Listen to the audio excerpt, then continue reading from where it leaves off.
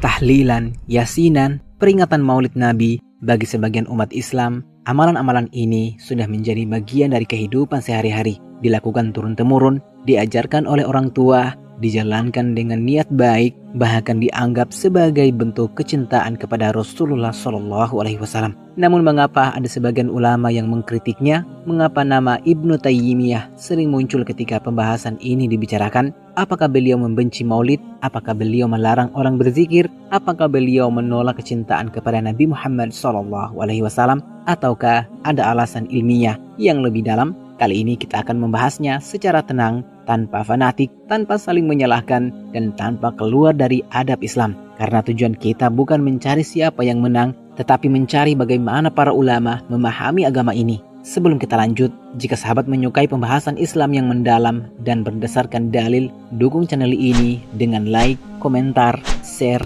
dan subscribe. Karena Rasulullah SAW bersabda, barang siapa menunjukkan kepada suatu kebaikan, maka baginya pahala seperti pahala orang yang melakukannya. Hadis riwayat Muslim. Semoga menjadi amal jariah bagi kita semua.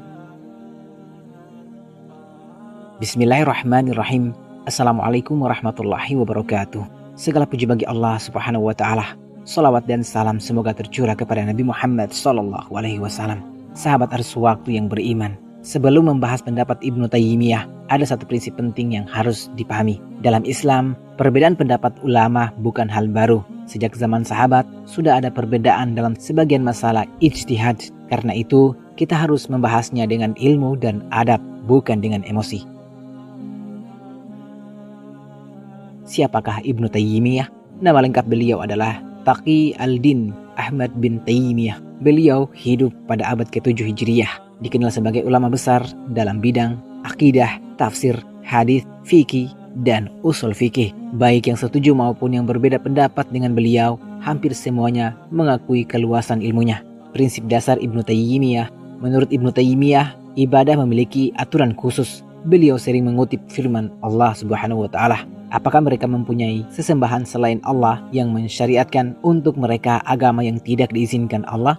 Beliau berpendapat dalam urusan ibadah asalnya bukan boleh, tetapi harus ada dalil terlebih dahulu. Mengapa beliau mengkritik maulid? Ibnu Taimiyah melihat bahwa Nabi SAW sangat mencintai umatnya. Para sahabat juga sangat mencintai Nabi. Namun, Nabi tidak pernah mengadakan perayaan maulid. Abu Bakar tidak melakukannya, Umar tidak melakukannya, Utsman tidak melakukannya, bahkan Ali tidak melakukannya. Padahal mereka adalah generasi yang paling mencintai Rasulullah SAW. Karena itulah beliau mempertanyakan, jika maulid merupakan ibadah yang disyariatkan, mengapa generasi terbaik Islam tidak melakukannya?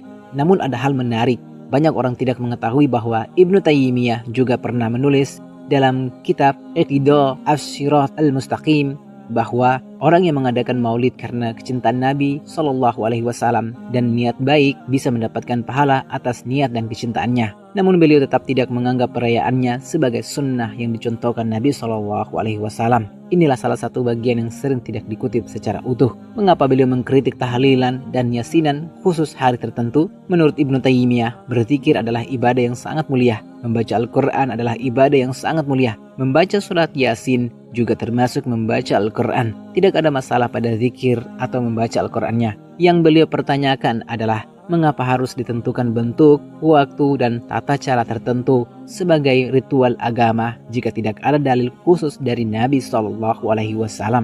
Misalnya, hari ketiga, hari ke-7, hari ke-40, hingga hari ke-100. Beliau berpendapat bahwa penetapan waktu-waktu khusus sebagai bagian ritual agama memerlukan dalil. Dalil yang sering dijadikan landasan, Rasulullah SAW bersabda, barang siapa mengada-ngada dalam urusan kami ini sesuatu yang bukan darinya, maka ia tertolak. Hadis riwayat Bukhari dan Muslim. Dalam riwayat lain, Rasulullah SAW bersabda, barang siapa melakukan sesuatu amalan yang tidak ada perintahnya dari kami, maka amalan itu tertolak. Hadis riwayat Muslim. Inilah hadis yang menjadi fondasi utama pemikiran beliau dalam masalah bid'ah ibadah. Mengapa ulama lain berbeda pendapat? Disinilah letak pentingnya memahami khilafiyah. Sebagian ulama lain berpendapat, jika sebuah kegiatan berisi membaca Al-Quran, bersolawat, bersedekah, mengingat Allah dan mengingat sejarah Nabi SAW dan tidak mengandung kemungkaran, maka bagian tersebut bisa masuk dalam perkara yang dibolehkan atau dianggap sebagai sarana kebaikan. Karena itu, lahirlah perbedaan pandangan di kalangan ulama. Sahabat arus waktu yang beriman, apa yang bisa kita ambil dari perdebatan panjang ini? Pertama, jangan mudah menuduh sesat kepada sesama muslim. Kedua, hormati para ulama yang berbeda pendapat. Ketiga, utamakan ilmu daripada fanatisme. Keempat, jika mengikuti suatu pendapat, pastikan berdasarkan dalil dan penjelasan ulama yang terpercaya. Kelima, jangan jadikan perbedaan ijtihad sebagai alasan untuk saling membenci, karena persatuan umat jauh lebih penting daripada memenangkan perdebatan. Wallahu a'lam bishawab. Wassalamualaikum warahmatullahi wabarakatuh.